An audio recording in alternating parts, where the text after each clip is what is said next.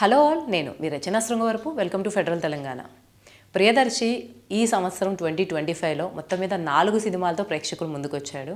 ఒకటి సారంగపాణి జాతకం, ఇంకొకటి కోర్ట్, చాలా మంచి టాక్ వచ్చినటువంటి సినిమా. ఆ తర్వాత వరుసగా బ్యాక్ టు బ్యాక్, అంటే ఆ సినిమా వచ్చిందని తెలిసేలోపే ఇంకో సినిమా చేశాడు, అదే మిత్రమండలి, తర్వాత ప్రేమంటే. అయితే ఈ 4 సినిమాలు ప్రియదర్శి చేస్తే ఫస్ట్ సినిమా సారంగపాణి జాతకం పర్లేదు, బాగానే ఆడింది, మంచి టాకే వచ్చింది. కోర్టుకి అయితే అసలు మొత్తం 2025 చిన్న సినిమాల్లోనే ద బెస్ట్ సినిమాగా నిలిచింది. మిగిలిన 2-3 సినిమాలతో పాటు అది కూడా మంచి టాక్ తెచ్చుకుంది. అయితే వరుసగా వచ్చినటువంటి 2 సినిమాలు మిత్రమండలి, ప్రేమంటే, 2 కూడా డిజాస్టర్స్గా మిగిలిపోయాయి.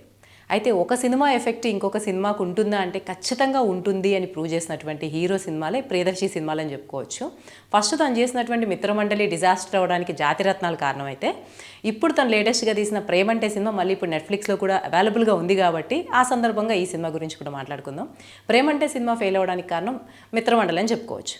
అప్పట్లో జాతిరత్నాలు ప్రియదర్శి ఇంకొక 2 హీరోలతో చేసినప్పుడు, నవీన్తోనూ అలాగే ఇంకొక అతనితో చేసినప్పుడు అది చాలా పెద్ద సెన్సేషన్ అయింది. అఫ్కోర్స్ అది ఓటీటీలో అంత పండలేదు, కానీ థియేటర్లో వెళ్ళి నలుగురు నవ్వుతూ ఉంటే ఏదన్నా సరే హ్యూమర్ మనకు కూడా నవ్వు వస్తుంది. సో ఆ ఫార్ములా మీద కామెడీ సినిమాలన్నీ కూడా థియేటర్లో ఎక్కువ వర్కౌట్ అవుతాయి. అయ్యే మనం ఒంటరిగా ఓటీటీలో చూసినప్పుడు ఎక్కువ వర్కౌట్ అవ్వవు. సో జాతిరత్నాలు అందులోనూ చాలా బాగా వర్కౌట్ అయిన సినిమా. సో ఆ సినిమా ఫార్ములాలోనే అదే ప్రియదర్శి హీరోగా మిత్రమండలి సినిమా తీశాడు, ఇంకొక 2 ఫ్రెండ్స్ని పెట్టి. అందులోనూ పాపులర్ యూట్యూబర్ అయినటువంటి ప్రసాద్ బెహ్రాని తీసుకున్నాడు. ప్రసాద్ బెహ్రా పనిచేసి అప్పటికే పాపులర్ అవ్వడం, అప్పటికే కమిటీ కుర్రాలతో ప్రసాద్ బెహ్రాకి కొంత ఫేజ్ రావడం, ఇవన్నీ దృష్టిలో పెట్టుకుని కొంత ఫేజ్ వాల్యూ ఉన్న ఆ యూట్యూబర్నే తీసుకున్నాడు. అయినప్పటికీ ఎప్పుడైతే జాతిరత్నాలకు అది రిప్లికాలా అనిపించిందో, కొంత జాతిరత్నాలను మోయడానికి 3 ఉన్నారు, కానీ దీంట్లో ప్రియదర్శి సరిగ్గా పెర్ఫామ్ చేయలేకపోయాడు. మిగిలిన 2 ఫ్రెండ్స్ కూడా ప్లస్ కాకపోవడం వల్ల మిత్రమండలి ఫస్ట్ డేనే నెగిటివ్ టాక్ తెచ్చుకుంది. సరే, అది అయిపోయింది. తర్వాత ప్రేమంటే లాంటి సినిమాతో వచ్చాడు. ప్రేమంటే అన్నది ఒక రొమాంటిక్ కామెడీ డ్రామా అనుకోవచ్చు.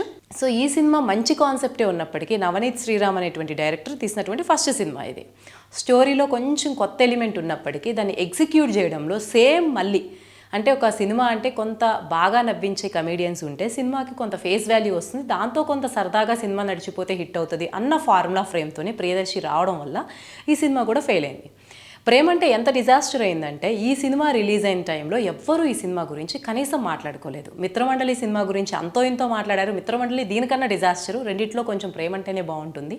ప్రేమంటే పర్లేదు అనిపించే సినిమా అయినప్పటికీ వరుసగా తను మిత్రమండలికి ఉన్న జాతిరత్నాల ఎఫెక్ట్ వల్ల ప్రేమంటేకి కనీసం 2-3 డేస్కి కూడా థియేటర్కి ఆడియన్స్ రాలేదు, పెద్ద బజ్ రాలేదు.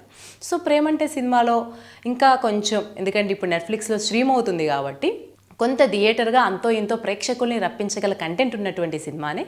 సో ఇద్దరు పెళ్లి చేసుకుంటారు. సో ఇద్దరు middle class wife and husband, middle class వాళ్ళు కాబట్టి వాళ్ళకి జీవితంలో కొంచెం హ్యాపీగా ఉండాలి, అప్పులన్నీ తీర్చేసుకోవాలి, రెస్పాన్సిబుల్గా ఉండాలి అన్నది ఈ హస్బెండ్ మెంటాలిటీ. ఏదైతే ప్రియదర్శి ఉన్నాడో తన మెంటాలిటీ అయితే, తన వైఫ్ ఎవరైతే ఉన్నారో తనకు కూడా అదే మెంటాలిటీ ఉన్నప్పటికీ జీవితంలో ప్రతి విషయంలో థ్రిల్ ఉండాలని తను కోరుకుంటుంది. సో ఈ థ్రిల్ పొందే క్రమంలో ఆ భర్త తన ప్రొఫెషన్ని పెళ్లికి ముందు దాచిపెట్టడం వల్ల తర్వాత వచ్చినటువంటి డిస్టర్బెన్సెస్, వాళ్ళిద్దరూ కోపపోయారా లేదా, ఇదంతా స్టోరీ పరంగా అతను ఒక దొంగ అవ్వడము, భార్యాభర్తలు చివరికి దొంగలుగా మారడం, ఇదంతా కూడా ఒక నోవెల్ కాన్సెప్ట్ అనుకోవచ్చు ఈ సినిమాకి. కానీ ఈ సినిమాలో ఎప్పుడైతే కమీడియన్స్ ద్వారా, అంటే స్టార్ ఫేజ్ ఉన్నటువంటి వాళ్ళని తీసుకుంటే సినిమా హిట్ అవుతుందని సుమా కనకాల లాంటి వాళ్ళని తీసుకోవడము, వెన్నెల కిషోర్ లాంటి వాళ్ళని తీసుకోవడము, హైపరాది, ఆటో రాంప్రసాద్ లాంటి వాళ్ళందరినీ తీసుకోవడం వల్ల చెప్పాలంటే ఈ 4 సినిమాకి ప్లస్ కాకపోగా మైనస్ అయ్యారు.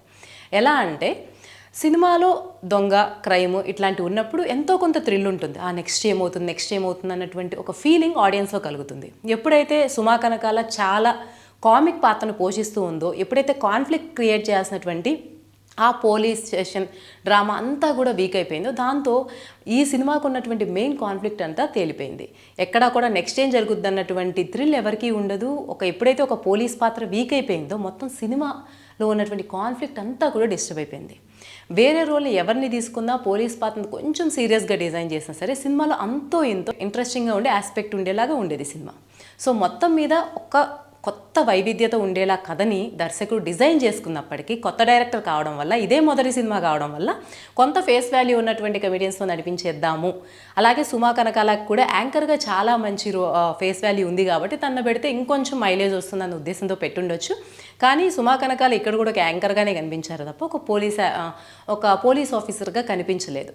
సో దీనివల్ల సినిమా అంతా కూడా డిజాస్టర్స్ అయిపోయింది. సో మంచి కథ ఉన్నప్పటికీ కూడా కొంత మిగిలిన కమర్షియల్ డ్రామాలో పడడం వల్ల ఒక చిన్న హీరోగా ఉన్నటువంటి ప్రియదర్శిని ఇంకా అదే స్థాయిలో చూసేలానే ఈ సినిమా చేసింది తప్ప ప్రియదర్శి కెరీర్కి ఇంకొక స్టెప్ ముందుకేసేలా అయితే ప్రేమంటే సినిమా లేదు. సో ఇప్పటికే మీలో చాలామంది నెట్ఫ్లిక్స్లో ప్రేమంటే సినిమా చూసే ఉండుంటారు. మీకెలా అనిపించింది?